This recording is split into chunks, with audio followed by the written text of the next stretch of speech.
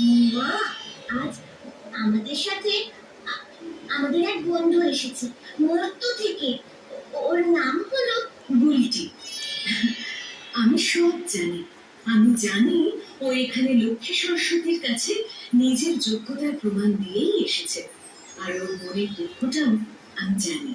বলতে শোনা, তোমাদের বাড়ির পুজো হবে, আমি তো আছি। কিন্তু এই রতন সেনাপতির কি হবে? কে রতন সেনাপতি? বুলটি বলুক। রতন সেনাপতি কে বলছি? ও হলো প্রমোটার অসুর কাকু।